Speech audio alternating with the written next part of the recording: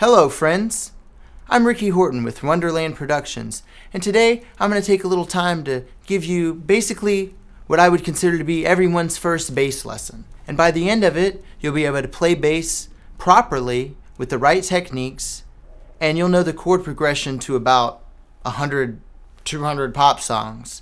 So get ready. First of all, and it's something that you may take for granted, but it's very important at the same time. It's simply how are we going to hold the bass? The bass is kind of a big instrument, so we need to make sure that we have control over it. Don't let it control you. First of all, you'll notice that there's a curve here on the bass. So we put our arm there, and then you just kind of reach over as if you were going to almost pinch the string. You find a resting place for your thumb. A lot of people like to use the pickup. Some people will switch to the string behind. It's really what's comfortable for you. Just find a technique. But the thing that's important, and if you'll notice, when I pick a note, I let my fingers, they slide across the string and hit the one behind it. Now, because they're holding on to it, that other string's not going to vibrate. But what it does is it lets you make your attack very, very consistent.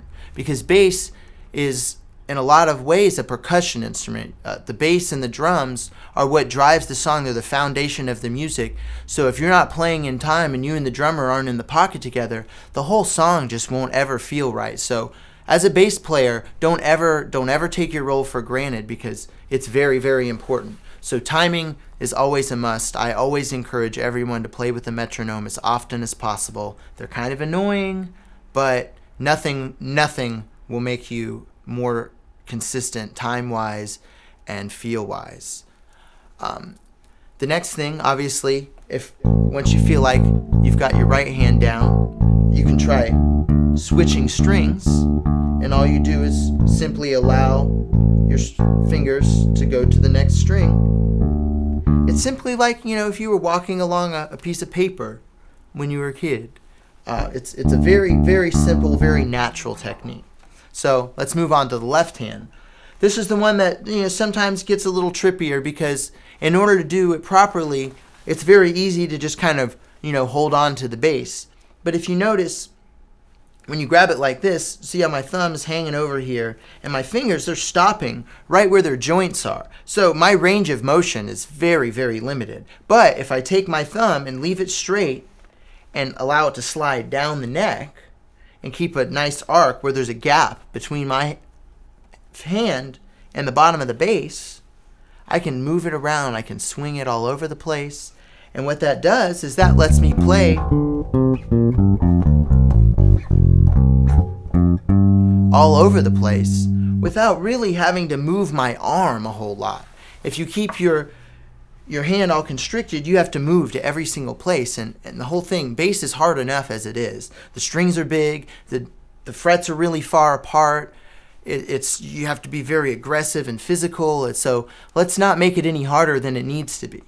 The second thing about the left hand is, once you feel like you've gotten the hand position down where you can move freely, is that you want to make sure when you're pushing down on the frets that you get right near the end. The note begins here at the fret, and so you want to make sure that your finger is not on top of it, but behind it, because you're going to get the truest pressure there. It makes it easier to push down. And then the other thing is that you want to make sure that you're using the tips of your fingers, and putting your thumb like that, it's already kind of puts you in a position to be able to do that, because if I were to push down with my whole flat finger, well, look what happens. Oh no, this note doesn't come through because my finger is just hanging out and it's in the way. So I got to get some clearance, make some room, so you can play that note that's underneath.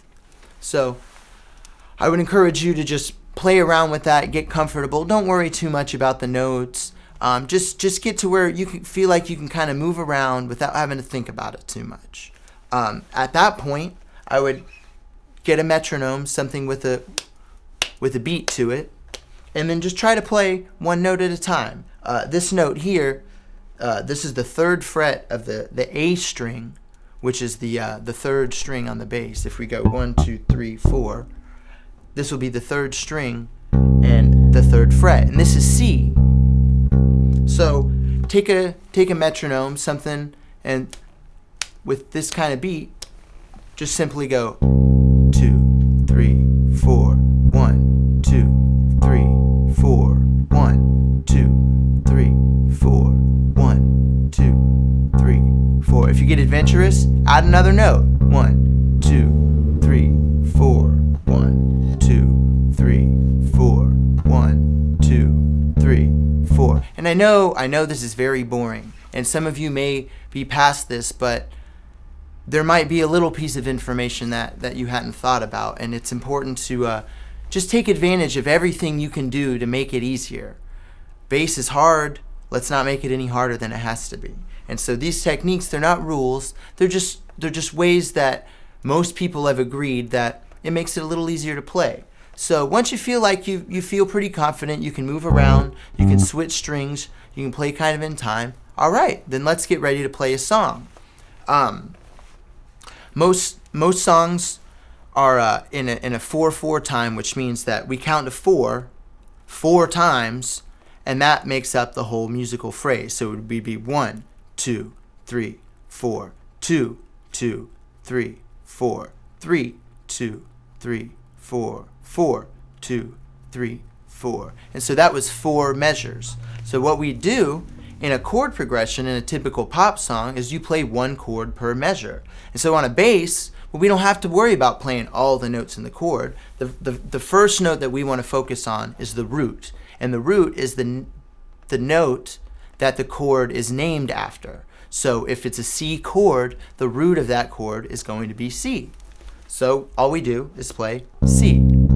And we do it 1, 2, 3, 4. 1, 2, 3, 4. 1, 2, 3, 4. And then we change notes every time we count to 4. And so probably the most common chord progression, which is a sequence of chords, in pop music, and when I say pop music, I mean popular music, not necessarily what may or may not be on the radio at this given moment. But popular music, there are certain things people like to hear. And so a very common chord progression is, it's called 1, 5, 6, and 4.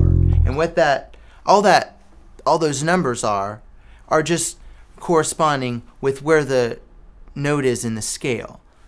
So C would be the first one. So we're going to call C 1. So we go 1, 2, 3, 4. Then we're going to move to the 5 chord, which is G. C, D, E, F, G. 5. Easy.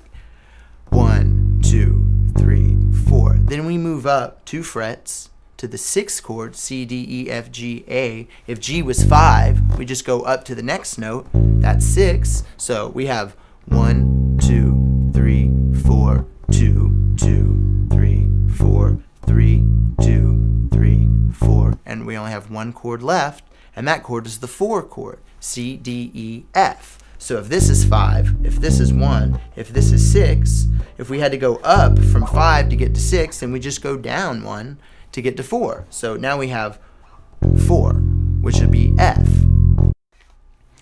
So once you get all the chords, C, G, A, F, and you just play one 4 times, and then every 4th time you change and play the next one 4 times. So we have C, which is 1, 1, 2, 3, 4, G, 2, 3, 4, A, 2, 3, 4, F, 2, 3, 4, or C, which is 1, 3, 4, G, which is 5, 3, 4, A, which is 6, 3, 4, and F, which is 4, 3, 4, and you just keep going.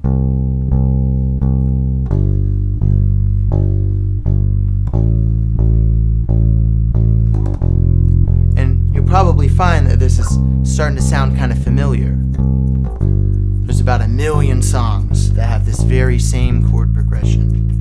So once you learn this, it's like you already know 50, 100 songs, as many songs as you want to learn the words to and the melody to, you can play to this chord progression. So we'll just kind of jam on it for a minute. Forever young, I wanna be forever alright to tell me what you think about me. Glycerine, glycerine, with or without you. So that's a good thing to get started on, and once you have that under your belt, you're really equipped to continue to learn more songs, and you don't have to fight with the instrument anymore. So I hope that you found this helpful. If you have any questions, you can always email us, and feel free to check out the rest of the videos. Thanks, and have an awesome day.